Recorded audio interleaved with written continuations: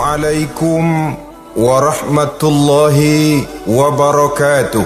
وعليكم السلام ورحمة الله وبركاته.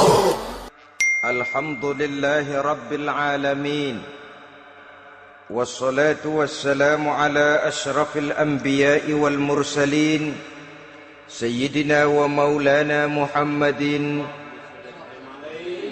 وعلى آله وأصحابه المجاهدين الطاهرين. أما بعد.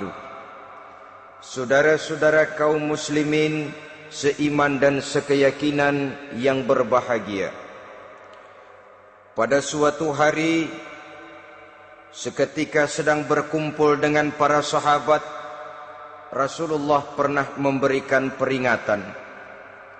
Beliau bersabda, yushiku an tada'a alaikumul umamu kama tada'al akalatu ala qas'atiha. Pada suatu saat nanti akan datang di tengah-tengah kamu, wahai umat Islam, di mana orang-orang lain di sekeliling kamu akan bersatu mengerubungi kamu seperti bersatunya orang-orang mengerubungi makanan di atas meja hidangan. Akan datang satu saat nanti di mana kondisimu dikepung sedemikian rupa, yang barat mau menerkam, yang timur mau menghantam, yang selatan mau menginjak-injak, yang utara pun akan menjelajah. Kondisimu seperti makanan di atas meja hidangan. Sebagian sahabat merasa heran dan terkejut, lalu mereka bertanya, amin qillati nahnu yawma izin ya Rasulullah? Apakah jumlah kami pada waktu itu sedikit ya Rasul? Kami sampai dikepung sedemikian rupa? Beliau menjawab, bal antum yawma izin kathir. Sama sekali tidak. Kamu tidak sedikit pada saat itu. Bahkan jumlahmu sangat banyak. Kamu adalah mayoritas. Walakinnakum ghusa'un ka ghusa'is sail. Tetapi keadaanmu saat itu persis seperti buih di lautan. Banyak tetapi centang perenang. Banyak tetapi tidak punya daya dan kekuatan. Banyak tapi dipermainkan gelombang lautan, dihempaskan ke tepian pantai tanpa punya makna dan arti. Kondisimu pada saat itu kuantitas yang tanpa kualitas, sehingga orang lain enak saja mengepung kamu.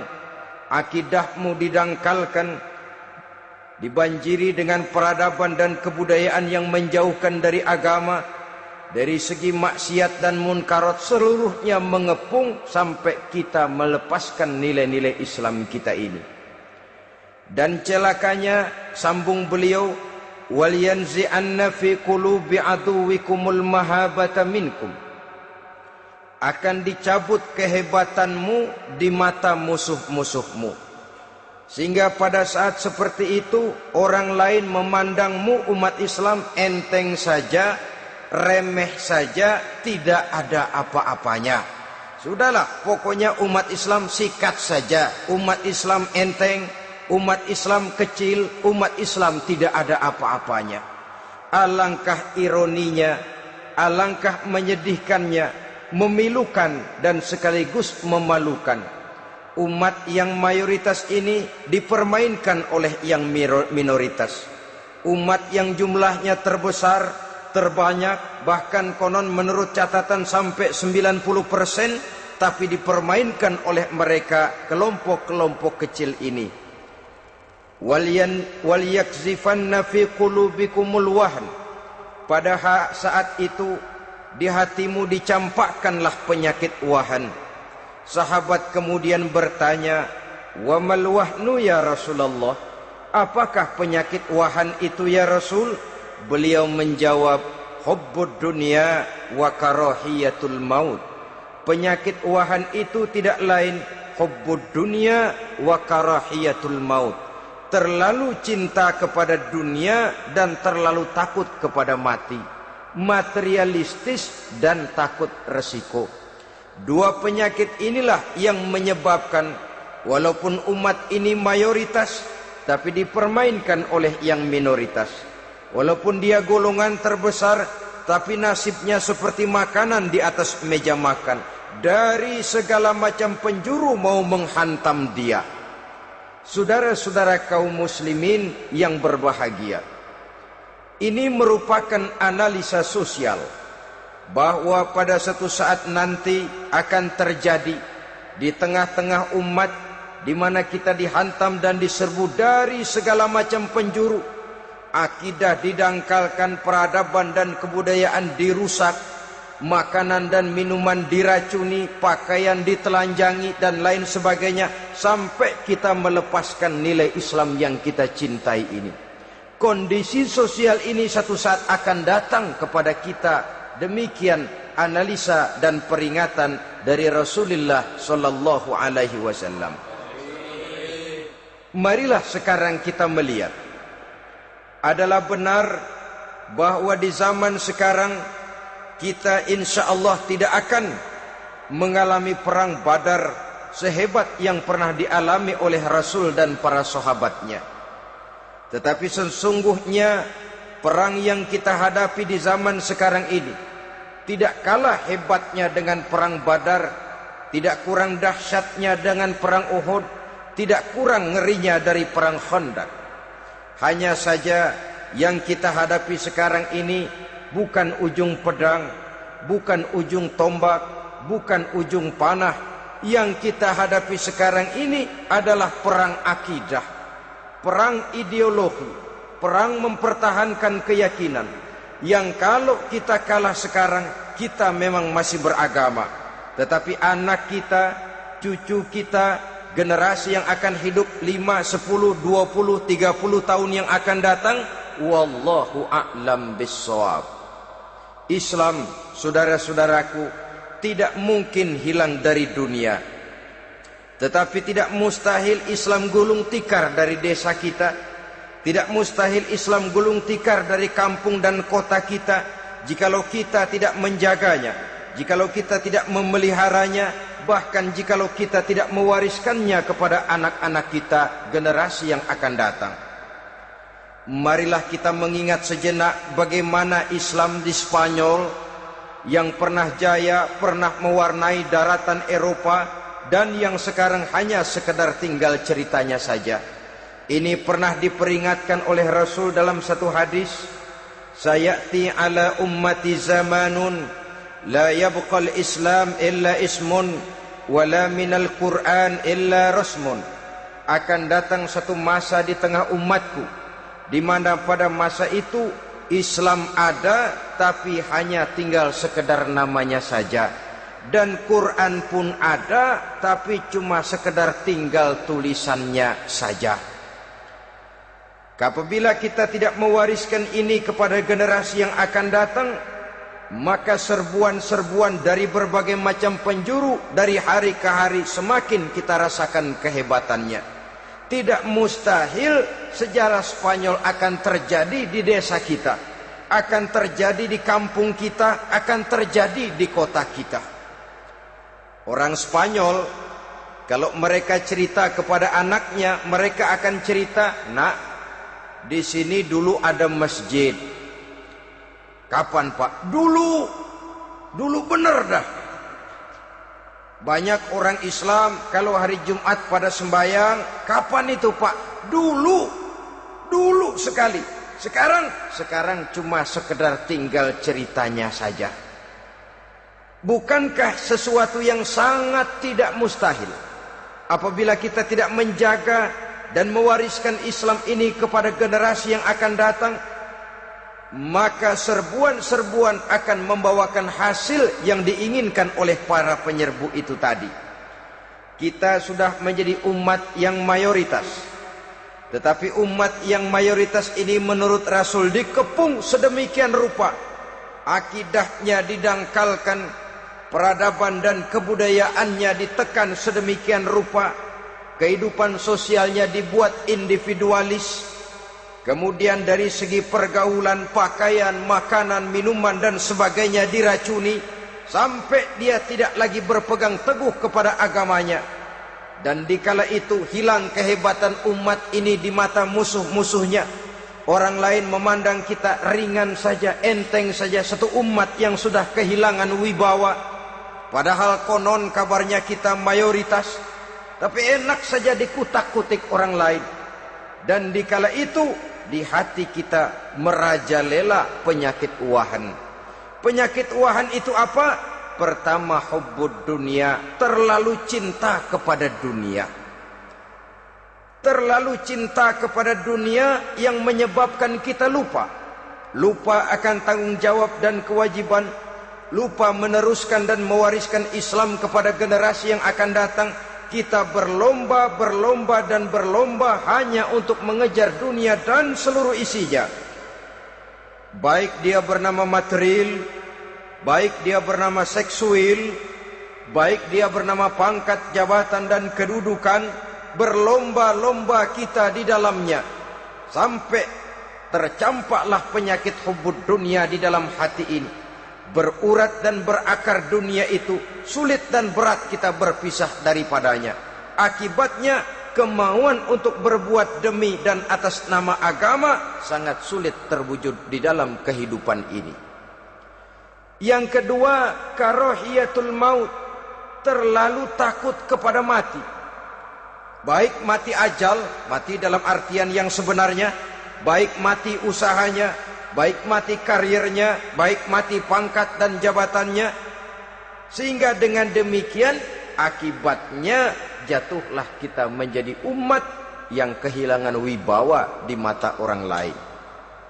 Saudara-saudara kaum muslimin rahimakumullah, saya katakan tadi, perang yang kita hadapi di zaman sekarang adalah perang akidah. Perang menghadapi peradaban dan kebudayaan yang menghancurkan moral daripada anak-anak kita. Perang menghadapi banjirnya maksiat dan munkarat. Yang di tengah-tengah itu, di samping berkewajiban menjaga diri dan keluarga, kita pun juga berkewajiban menjaga anak-anak kita, generasi yang akan datang, mengarahkan dan mendidik mereka sesuai dengan yang dikehendaki oleh Allah Subhanahu wa ta'ala. Oleh sebab itu, pada pertemuan kali ini yang akan saya bicarakan ialah bagaimana idealnya seorang muslim lebih dahulu memberikan pendidikan kepada anak-anaknya. Di tengah satu situasi dan kondisi di mana serbuan datang silih berganti melanda dan menghantam umat Islam, kemana anak-anak kita ini harus kita arahkan? Karena kita orang tua mempunyai tanggung jawab. Anak adalah amanah, menyia-nyiakan amanah adalah dosa, dan dosa itu merupakan satu dosa yang besar. Bahkan orang tua bisa saja masuk neraka kalau tidak bertanggung jawab tentang anak-anaknya. Satu riwayat menjelaskan, ada orang soleh, ngajinya cukup, solatnya cukup, puasanya cukup, zakatnya cukup, di mana ada majelis taklim hadir, baca Quran hobi, fitnah orang tidak pernah. Di akhirat setelah disidang dia ternyata lebih banyak kebaikannya daripada kejahatannya, maka dia pun diperintahkan dan dipersilahkan masuk ke dalam surga. Giliran anaknya disidang, biang okem nih anak. Ditanya, siapa Tuhanmu? Tidak tahu. Siapa nabimu? Tenyaho. Apa kitabmu? Ora gelem. Kamu pernah sholat? Tidak. Zakat? Tidak. Puasa? Tidak. Judi? Hobi. Zina? Tiap malam. Mabuk? Berat. Wah, brengsek kamu. Kebaikan tidak ada barang sedikit pun, sementara kesalahan dan dosa berlipat ganda. Kamu neraka. Anak ini protes. Benar, saya tidak kenal siapa Tuhan saya. Saya tidak tahu siapa Nabi saya. Saya tidak tahu kitab suci dan kiblat saya. Saya tidak sholat, tidak zakat, tidak puasa. Tiap malam saya judi, saya zina, saya mabuk. Tapi saya kerjakan semua itu karena saya tidak tahu dan orang tua saya tidak pernah memberitahu saya. Dia enak-enakan hadir di majelis taklim, saya nyekek botol, didiemin saja. Dia enak-enakan baca Quran, saya zina, didiamkan saja. Saya bukan tidak mau, orang tua saya sama sekali tidak pernah mendidik saya. Dia mau benar sendiri. Maka kalau sekarang saya harus masuk ke dalam neraka, saya menuntut agar orang tua saya ikut sama-sama bergabung dengan saya ke dalam neraka. Gara-gara dia tuh saya jadi begini. Orang tuamu yang mana? Tuh, yang barusan mau ke surga. Ini orang tua yang sudah mau berangkat ke surga dipanggil. Sebentar dulu mas. Ini benar anak kamu? Iya pak. Waktu di dunia kamu tidak pernah ajarin dia ngaji?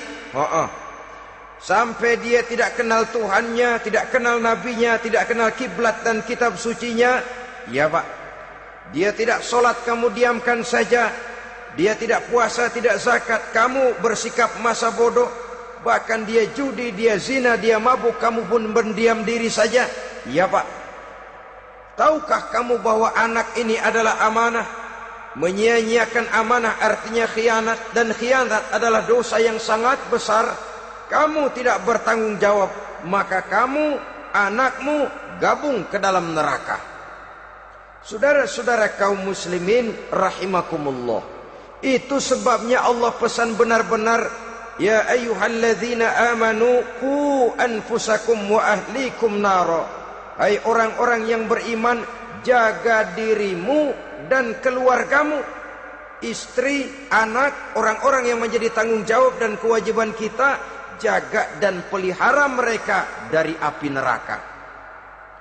Saudara-saudara kaum muslimin, lalu kalau kita orang-orang tua yang hidup di zaman sekarang ini sudah sering beristighfar, mengurut dada, melihat situasi, membaca peta keadaan, konon tantangan yang akan dihadapi oleh anak-anak kita 15, 20, 25 tahun yang akan datang jauh lebih berat dari apa yang kita hadapi sekarang ini.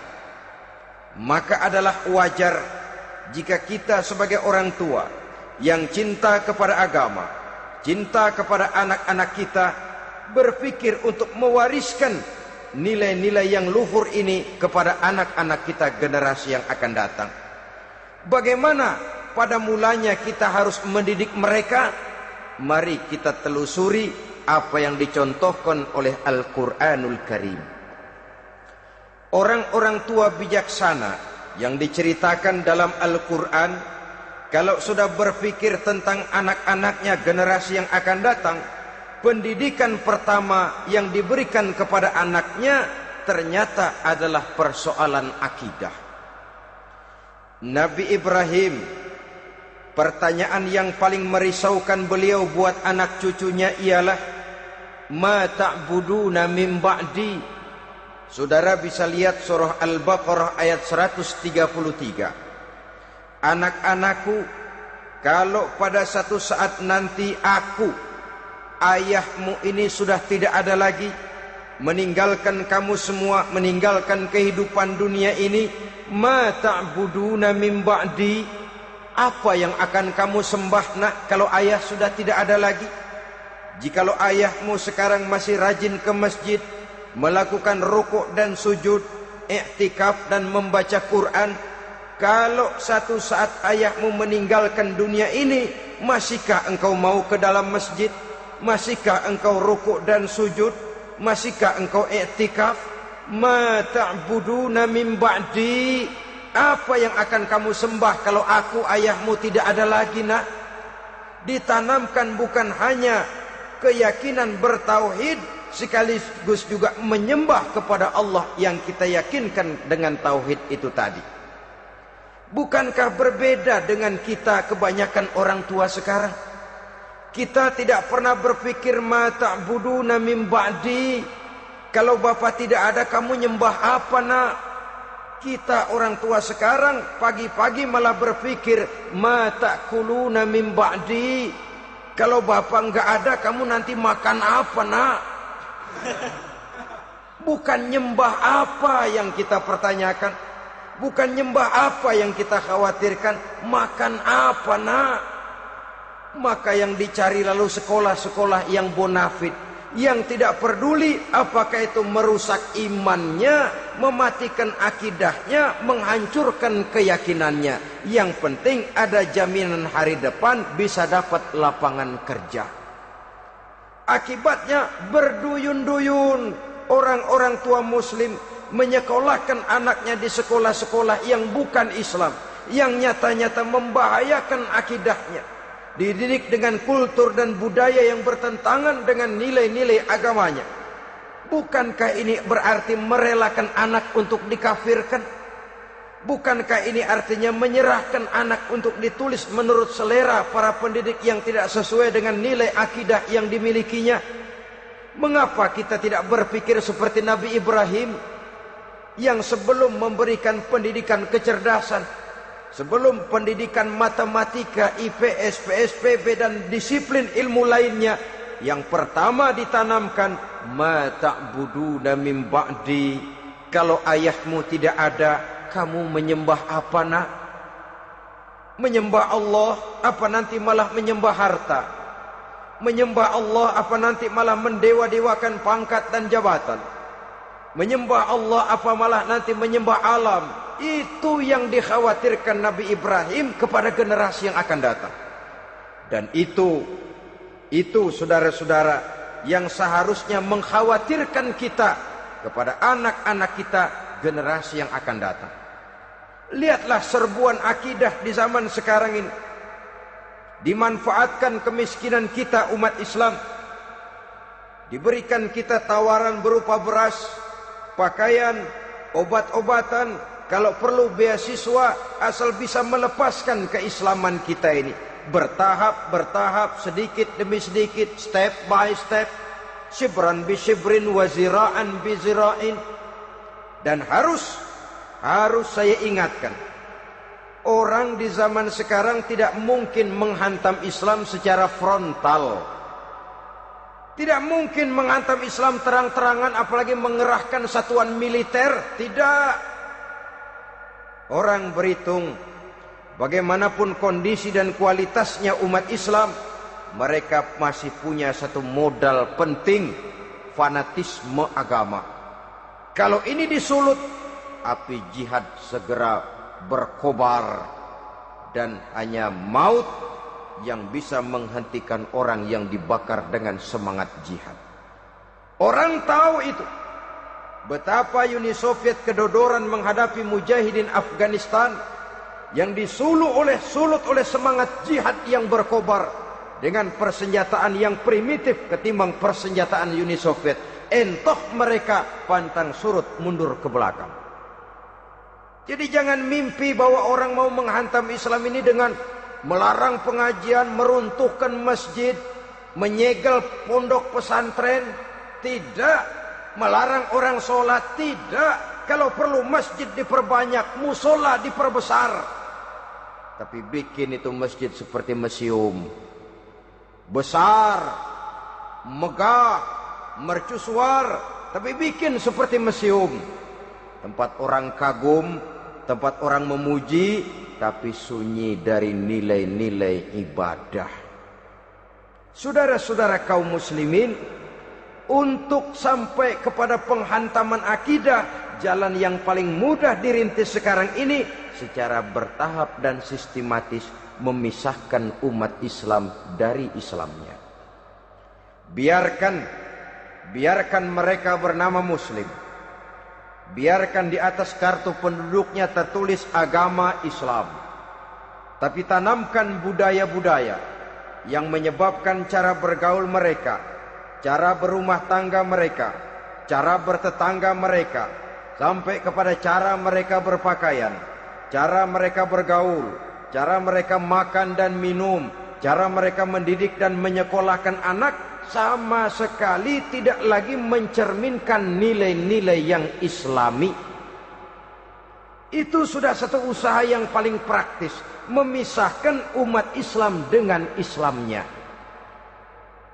Kalau sadarlah kita ke arah ini usaha orang di zaman sekarang, maka yang harus pertama kita tanamkan kepada anak-anak kita, didik mereka dengan jiwa tauhid yang mengkristal di dalam batinnya, meresap sampai ke tulang sumsumnya, yang tidak akan sampai pun nyawa berpisah dari badannya, akidah itu tidak akan berpisah dari hatinya. Bahkan dia sanggup dengan tegar berkata, lebih baik saya melarat karena mempertahankan iman daripada hidup mewah dengan menjual akidah.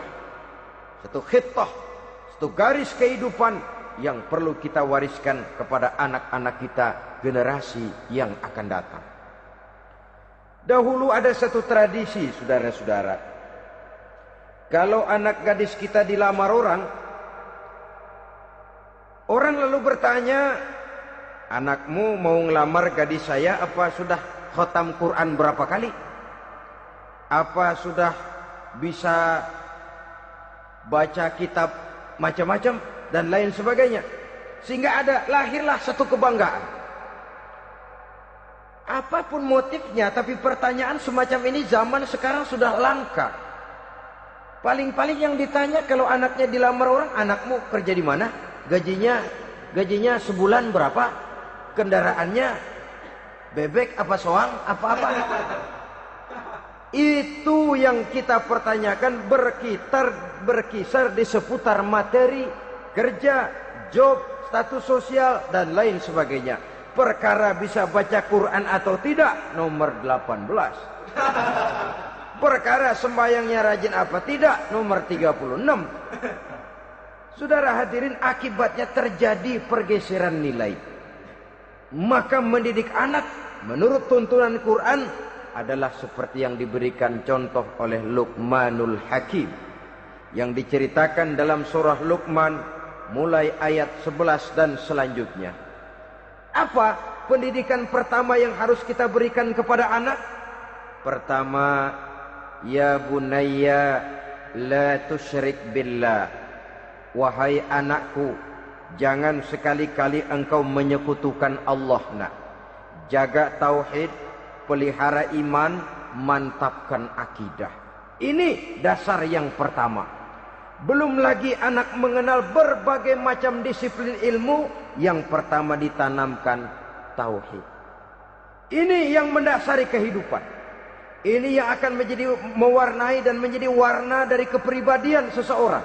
Sentuhan jiwa tauhid di dalam diri si anak. Belum lagi sempat dia kenal yang lain.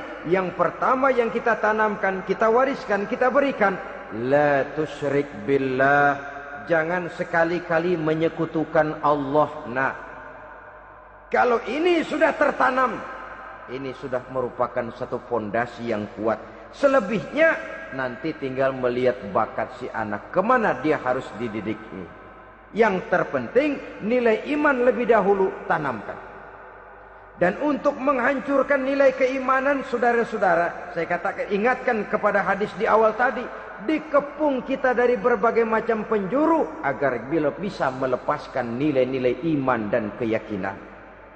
Proses pendangkalan akidah, ditanamkan keraguan kepada agama, ditanamkan rasa malu beragama, sholat malu, baca Quran malu, berangkat ke masjid malu, pakai jilbab malu. Ditanamkan rasa malu beragama, sehingga bertahap sedikit demi sedikit kita mulai berpisah dengan kehidupan beragama. Ditanamkan hal yang sedemikian rupa dari berbagai macam penjuru. Dihantam akidah, akidah kuat, dihantam dari segi peradaban dan kebudayaan. Diperbanyaklah peradaban dan kebudayaan yang bukan mendekatkan kita dengan agama, malah mendekatkan kita dengan neraka. Menjauhkan kita dari agama, menjauhkan kita dari nilai-nilai luhur yang diwariskan oleh orang-orang tua kita terdahulu. Adalah kewajiban kita yang pertama, mendidik anak, menanamkan roh, jiwa, dan semangat tauhid di dalam diri mereka. Saudara-saudara kaum muslimin rahimakumullah, kenapa kita lebih dahulukan menanamkan jiwa, roh dan semangat tauhid ini kepada anak-anak kita? Pertama, kita tidak hanya ingin sekedar mempunyai anak yang pintar, tetapi lebih daripada itu kita pun ingin mempunyai anak yang benar. Segala macam disiplin ilmu, segala macam bentuk penalaran ilmiah dan pengisian intelektualitas manusia mungkin di satu sisi akan membuat dia pintar, tapi di sisi lain belum tentu akan membuat dia benar.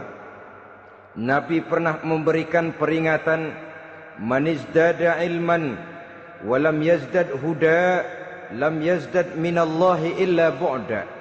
Orang yang hanya bertambah ilmu pengetahuannya tapi tidak bertambah hidayah dari Allah, tidak makin mantap keimanannya, maka seluruh nilai-nilai ilmunya hanya akan menjauhkan dia dari Allah Subhanahu wa taala. Dan adalah lebih merupakan azab daripada nikmat kalau kita diberikan ilmu pengetahuan yang hanya akan menyebabkan kita semakin jauh dari Allah Subhanahu wa taala. Yang kedua, sesungguhnya roh, jiwa dan semangat tauhid yang melekat dalam diri anak pada puncaknya akan melahirkan satu disiplin murni yang tumbuh dari dalam dirinya sendiri, di mana si anak dalam kehidupannya merasakan dimanapun dia berada, kemanapun dia pergi, ia selalu merasakan kehadiran Allah dekat dalam hidupnya. Ia sadar sesadar-sadarnya bahwa tidak ada satu perbuatan yang bagaimanapun kecilnya yang bisa disembunyikan dari kekuasaan Allah Subhanahu wa taala. Yang ketiga, dengan penanaman roh, jiwa dan semangat iman ini, maka diharapkan anak-anak nanti pada pertumbuhannya sanggup mengendalikan hawa nafsunya. Dengan kata lain, bahwa penanaman jiwa tauhid, penanaman roh dan semangat keimanan ini merupakan kondisi dasar yang harus dilakukan sebelum yang lain-lainnya. Kemudian pendidikan kedua yang diberikan oleh Al-Quran melalui contoh dan model dengan Luqmanul Hakim ini, setelah menanamkan tauhid, ditanamkanlah kepada si anak ini rasa hormat kepada orang tuanya. Wa wassaynal insana biwalidayhi, dan kami wasiatkan kepada manusia untuk berbakti kepada ibu bapaknya. Hamalathu ummuhu wahnan ala wahnin, karena ibunya telah mengandungnya dengan kepayahan di atas kepayahan, maksudnya dengan kepayahan dan kelelahan yang berlipat ganda. Sehingga ketika Rasul ditanyakan orang, "Ya Rasul, siapa yang paling harus saya taati di dunia ini?" Beliau menjawab, "Ibumu." Kemudian, "Siapa lagi ya Rasul?" "Ibumu." Setelah itu, "Siapa lagi ya Rasul?" "Ibumu." Dan kemudian, "Siapa ya Rasul?" "Bapakmu." Ibu, ibu, ibu, bapak. Bahkan al-jannatu tahta aqdamil ummahat, surga berada di bawah telapak kaki ibu. Bagaimana menanamkan rasa hormat kepada orang tua di hati anak? Tentu yang pertama, bagaimana orang tua bisa memberikan keteladanan. Marilah kita sebagai orang-orang tua ini menyadari bahwa sebelum anak kenal sekolah dasar, sebelum anak kenal TK, ibtidaiyah, sanawiyah sampai kepada perguruan tingginya, yang pertama dia kenal adalah lingkungan rumah tangganya, gurunya adalah ibu bapaknya. Di sini berlakulah apa yang dinamakan keteladanan. Keteladanan jauh lebih berhasil daripada sekedar teori-teori yang muluk. Keteladanan jauh lebih berhasil daripada berbagai macam indoktrinasi dan penataran. Kurangnya keteladanan akan menyebabkan anak mencari pola. Apabila kita orang tua ini tidak bisa memberikan keteladanan yang baik kepada anak-anak kita, maka pada suatu saat anak-anak akan menganggap enteng dan kehilangan wibawa kita sebagai orang tua di mata mereka. Dikala itu akan sangat sulit kita membentuk kepribadian mereka. Bukankah di zaman sekarang ini kita banyak mengalami krisis wibawa, krisis figur? Ada yang karena rapotnya merah melulu, gurunya dikeroyokin. Pak guru pulang sekolah dicegat. Bahkan nyaris ada orang tua pernah dibunuh oleh anaknya sendiri. Dan lain sebagainya, kasus-kasus yang sebenarnya tidak perlu terjadi. Karena memang bukan saja bertentangan dengan nilai budaya kita sebagai bangsa, tapi juga bertentangan dengan ajaran agama kita sendiri.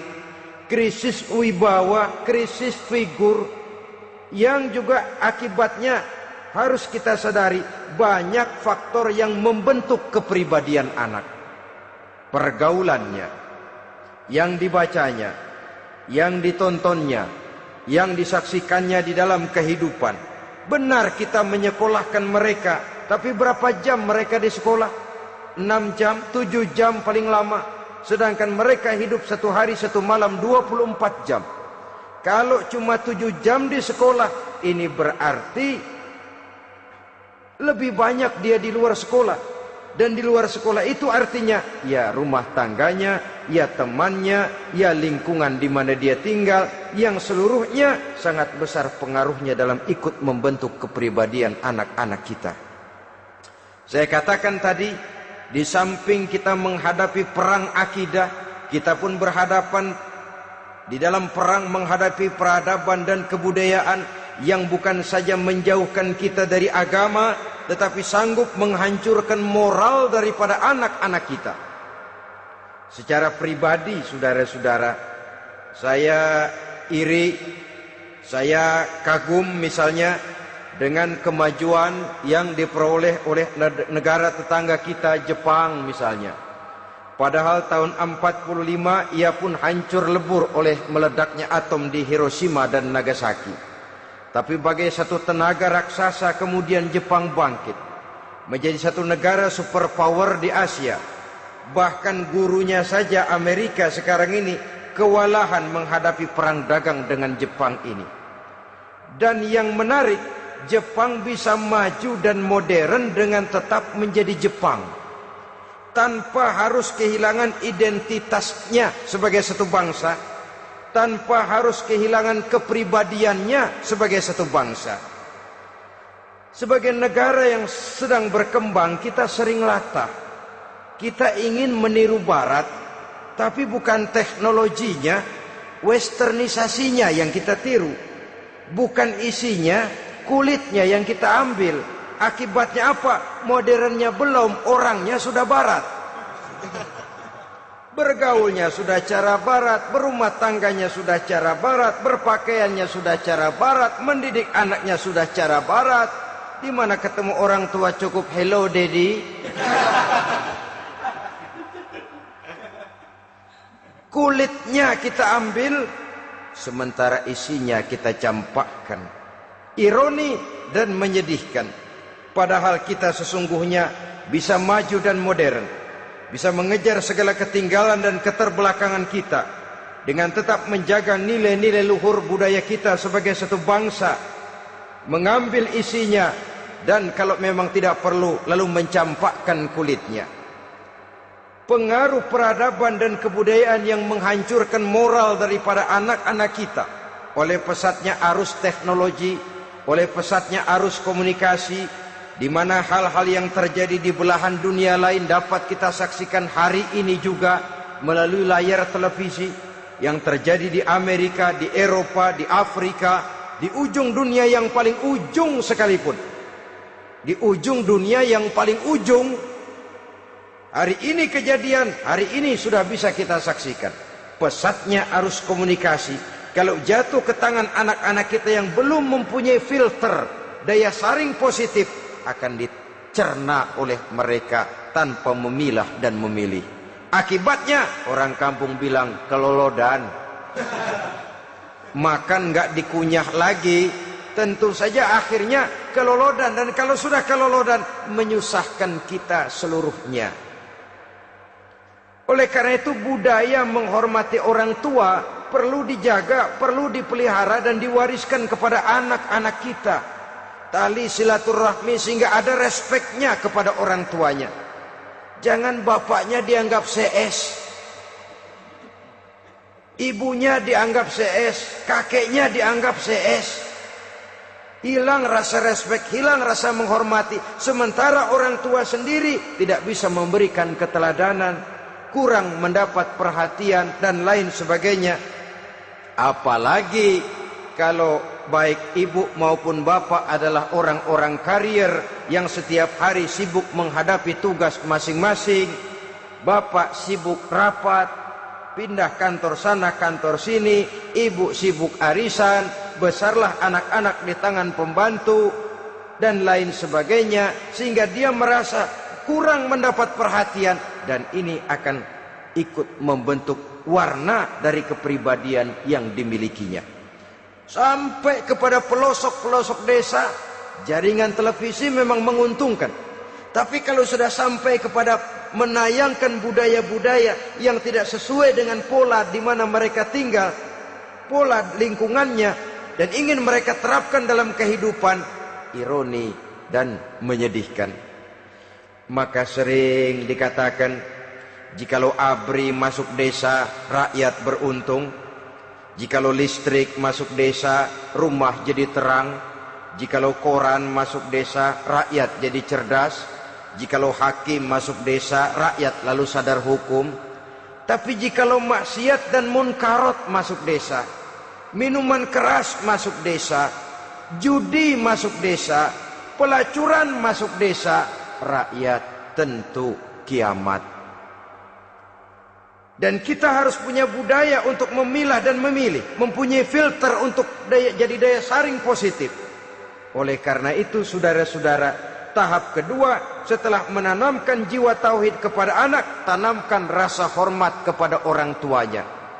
Orang tua itu ibu bapaknya, orang tua itu guru-gurunya yang mengajarkan dia, atau yang dianggap tua yang lebih senior dari dia. Karena tidak ada satu peradaban yang berdiri sendiri. Bagaimanapun maju dan modernnya kita sekarang, tentu merupakan mata rantai yang berkaitan dari generasi terdahulu. Ini yang kedua. Setelah tauhid, berbakti kepada ibu dan bapak. Tidak ada satu kebahagiaan yang bisa ditegakkan di dunia ini tanpa doa, tanpa restu daripada ibu dan bapak.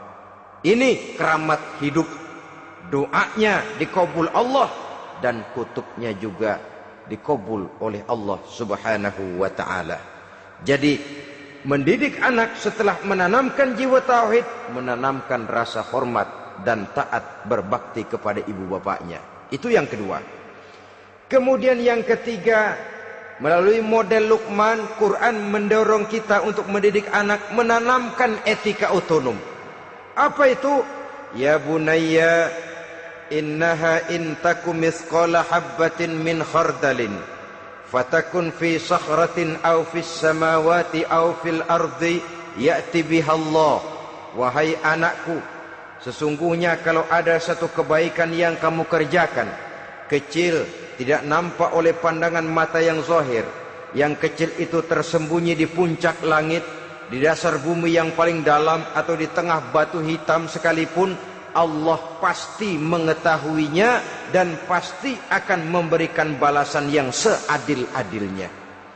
Pendidikan apa ini? Pendidikan moral, menanamkan etika otonom. Nah, kau berbuat baik jangan karena dilihat orang. Kau tidak mau melakukan kejahatan, jangan cuma karena ada polisi. Kalau ada polisi kau tidak mau jahat, kucing juga begitu. Coba lihat kucing, taruh ikan asin di piring kaleng, tongkrongin. Aduh, kucing kalem, sopan, tenang. Sedikit kita lengah, habis ikan digarap. Tapi ditanamkan satu kesadaran, kemanapun kau pergi, nak, apapun yang kau kerjakan, tersembunyi di tengah batu, di dasar bumi, di puncak langit, Allah pasti tahu. Dalam bahasa yang ringan, nak, kita ini diawasi oleh dua hiperkomputer yang maha sensitif. Produksi langit mereknya Rokib dan Atid. Itu komputer yang sangat peka dan sensitif. Jangankan kita berbuat, kita berniat baik saja, komputer sudah nyatat sendiri. Inilah yang orang sekarang namakan waskat, nah, pengawasan malaikat. Kalau hidup sudah merasa diawasi oleh malaikat, waskat berhasil. Tapi kalau waskat sudah diawasi malah nekat, itu yang gagal. Atau yang diawasi dan yang mengawasi sama-sama sepakat, nah, itu juga bisa cincai. Saudara-saudara kaum muslimin rahimakumullah, waskat dalam pengertian kita muslim, bagaimana hidup ini merasakan diawasi oleh malaikat.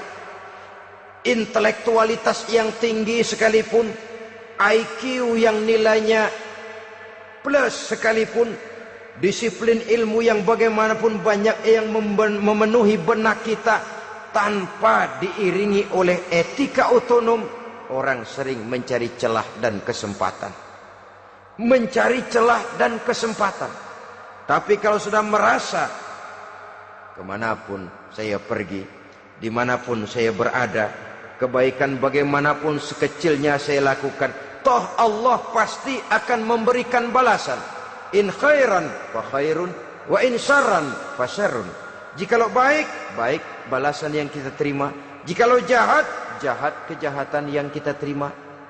Kalau sudah ke arah ini kita berpikir, maka sesungguhnya kalau kita berbuat baik kepada orang lain, hakikatnya kita sudah berbuat baik kepada diri kita sendiri. Lalu tidak ada merasa rugi berbuat baik kepada orang. Karena manakala dia melakukan kebaikan kepada orang lain, artinya dia sudah berbuat baik untuk dirinya sendiri. Jadi setelah tauhid, kemudian berbakti kepada ibu bapak, yang ketiga baru pendidikan tentang akhlak, tentang moral. Pola ini yang sering terlupakan oleh kita, bahwa bagi kita itu pendidikan tidak lain upaya mencerdaskan otak anak. Jangan sampai sebab ini kelihatannya pembangunan makin maju, persaingan hidup makin tajam, tensi ekonomi semakin tinggi, sementara jumlah tenaga kerja dengan lapangan kerja yang tersedia jauh dari mencukupi. Jikalau tidak membekali anak dengan pendidikan yang menunjang lapangan pekerjaan, orang tua khawatir, takut sekali anaknya jadi gelandangan. Dikhawatirkannya kehidupan dunia ini, sementara dia lupa kalau anaknya bisa jadi gelandangan di akhirat. Padahal selama-lamanya gelandangan di dunia paling seumur manusia itu 60 tahun, 70 tahun lah umur orang sekarang. 70 itu sudah luar biasa itu. Tapi kalau harus menggelandang di akhirat, menjadi gelandangan di akhirat, alangkah menyedihkannya. Apakah akan kita korbankan satu kehidupan yang langgeng, abadi, cuma karena tertipu oleh fata morgana dan kamuflase? Kita korbankan yang sedikit, kita korbankan yang besar karena kita memilih yang sedikit. Dalam bahasa Al-Quran memang pernah diceritakan hidup ini hakikatnya perlombaan, saudara-saudara. Perlombaan. Dan di dalam perlombaan itu ada yang menang, ada yang kalah. Al-Quran lalu memberikan peringatan, Alhaakumut takatsur, kamu telah lalai karena berlomba-lomba memperbanyak harta, mempertinggi pangkat dan kedudukan, hatta zurtumul maqabir, sampai kamu akan masuk ke liang kubur baru sadar. Apalagi kalau nafas sudah sampai di tenggorokan. Persis Fir'aun sudah tenggelam di lautan merah, mau mampus, baru dalam sekaratnya amantu bi Rabbi Musa wa Harun. Kalau begini caranya, saya juga percaya kepada Tuhan Musa dan Harun, percaya kepada Allah. Sudah mau mati, baru amantu bi Rabbi Musa, kami percaya kepada Tuhan Nabi Musa, kata Fir'aun. Malaikat maut kesal benar, dilelepin terus di laut. Mampus tuh sekalian. Hidup ini memang kita berlomba. berlomba dengan waktu, berlomba dengan umur, berlomba dengan tenaga, berlomba dengan tetangga.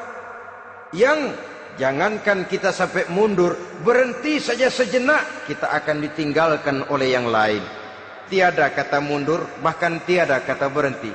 Sekali kita melangkah, melangkahlah terus. Tapi berlombalah seperti yang dikehendaki Quran. Fastabiqul khairat. Berlomba-lombalah di dalam kebajikan. Jangan berlomba-lomba di dalam kemaksiatan, kemunkaran, kejahatan. Berlombalah dalam urusan kebaikan. Saudara-saudara kaum muslimin rahimakumullah. Tauhid, berbakti kepada ibu bapa, kemudian pendidikan tentang moral.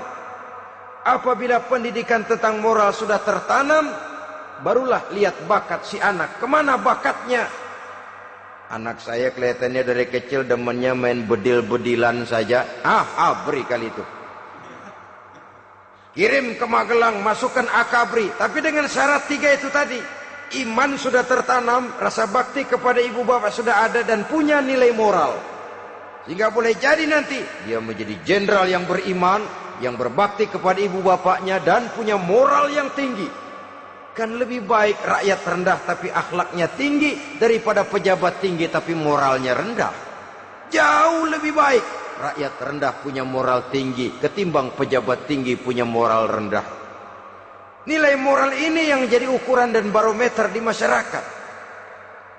Yang ini yang sering kita lupakan, bahwa kehancuran satu bangsa dimanapun di dunia ini selalu dimulai dengan kehancuran moral daripada bangsa itu sendiri. Sekarang membina nilai moral ini berat. Gadis kita, remaja, putri, diberikan pakaian jilbab, mungkin dia sendiri masih setengah-setengah, ditambah lagi oleh ledekan temennya. Jilbab lah kuno, bau sorga lah, bau masjid lah, bau menyan lah. Ditanamkan rasa malu untuk hidup dekat dengan agama. Kalau moral semacam ini sudah tertanam, sedikit demi sedikit kita mulai mengucapkan selamat tinggal kepada agama. Dan kemalangan apa yang lebih malang kalau kita sudah jauh dari agama ini? Bukankah Islam telah menyelamatkan manusia dari penyakit jahiliyah dan membawanya kepada satu kehidupan yang maju dan modern? Kalau kita tinggalkan Islam ini, bukankah artinya kita akan kembali kepada satu zaman jahiliyah? Hanya saja jahiliyah itu berada di abad modern. Versinya tentu lebih modern. Kalau zaman jahiliyah dulu mabuknya pakai arak, zaman sekarang sudah macam-macam orang bisa mabuk. Kalau zaman jahiliyah dulu anak perempuan dikubur hidup-hidup, zaman sekarang kadang-kadang belum sempat lahir ke dunia, malah sudah dibunuh lebih dahulu. Versinya saja yang berbeda. Kalau di zaman jahiliyah dahulu manusia menyembah batu yang bernama Latta, Uzza, Manat, dan Hubal. Di zaman jahiliyah modern sekarang ini, orang sering menyembah kepala bagiannya, sering menyembah atasannya, sering menyembah komputer, sering menyembah teknologi modern yang lebih diyakininya daripada Allah sebagai keyakinan sentral di dalam hidupnya. Saudara-saudara kaum muslimin rahimakumullah. Jadi yang ketiga, nilai moral yang ditanamkan kepada anak-anak kita supaya dia bisa menghadapi tantangan-tantangan hidup yang semakin berat ini dengan tetap berpegang teguh kepada nilai-nilai moral yang diwarnai oleh jiwa keimanannya yang bersumber dari ajaran agamanya. 3. Kemudian yang keempat, barulah tatanan kehidupan sehari-hari. Apa kata Luqman? Ya bunayya aqimis shalah. Setelah bertauhid, berbakti kepada ibu bapa, punya nilai moral. Ya bunayya aqimis shalah, nak dirikan solat. Rumah tangga muslim. Anak berumur 7 tahun sudah berani meninggalkan solat. Kata Nabi, pukul. Bukan untuk menyakiti, untuk mendidik. Karena sayang kepada anak. Saudara-saudara, kita khawatir betul kepada anak. Kalau dia pulang dari sekolah, buru-buru kita sebagai orang tua bertanya, sudah makan nak? Sudah istirahat nak. Tapi jarang kita sebagai orang tua melontarkan, sudah sholat nak. Bahkan kita bisa memberikan sugesti kepada anak. Nah, kalau kau naik kelas 1 sampai naik ke kelas 2, bapak beliin sepeda. Tamat SD nak, motor. Tamat SMP nak, ke Bali kita. Tamat SMA nak, Singapura. Saudara-saudara, tapi kalau untuk urusan sholat misalnya, kita tidak pernah memberikan sugesti kepada anak-anak kita. Nah, kalau kau hafal Fatihah lengkap dengan artinya, bapak beliin sepatu. Nah, kalau kau bisa sholat dengan baik, cukup syarat rukunnya, bapak beliin sepeda. Ada rangsangan, ada sugesti yang membuat anak lebih tergerak untuk hidup dalam suasana keagamaan. Ya bunayya aqimis sholah, nak dirikan sholat. Sebab ini sandaran vertikal yang paling langsung antara manusia dengan Tuhannya. Menyadari bahwa sepanjang yang bisa dilakukan oleh manusia hanyalah berusaha dan berusaha, dan kepastian sepenuhnya ada di tangan Allah. Dengan sholat kepribadianmu diperteguh, dengan sholat sandaran vertikalmu kepada Allah diperkuat. Dan pada waktunya nanti Al-Quran memberikan bimbingan, hendaklah minta tolong kepada Allah dengan sabar dan tetap mendirikan sholat. Ya bunayya aqimis sholat. Setelah itu, wa'mur bil ma'rufi wanha 'anil munkar. Tegaklah membina yang ma'ruf, tegaklah mencegah yang munkar. Ini sikap hidup sudah. Sholat tadi tugas hidup. Lalu sikap hidup tampil di tengah masyarakat, membina yang ma'ruf, mencegah yang munkar sesuai dengan kesanggupan masing-masing. Bukankah setiap kita kepingin punya anak yang bermanfaat, setidaknya bagi keluarganya, syukur kalau bisa bagi lingkungannya, bagi masyarakat, bangsa dan negaranya. Dan satu di antara tanda orang yang bermanfaat, kalau dia bisa hidup menjadi penganjur yang ma'ruf dan pencegah yang munkar. Dan itu kalau tidak ada hidayah, sulit orang mau melaksanakan itu. Sebab apa? Ada kecenderungan belakangan ini di mana agama dianggap urusan pribadi. Sehingga orang lalu sering bilang, jangan bawa-bawa agama dah, itu kan bukan urusan agama. Ini sudah ciri berpikirnya sekuler. Jangan bawa-bawa agama.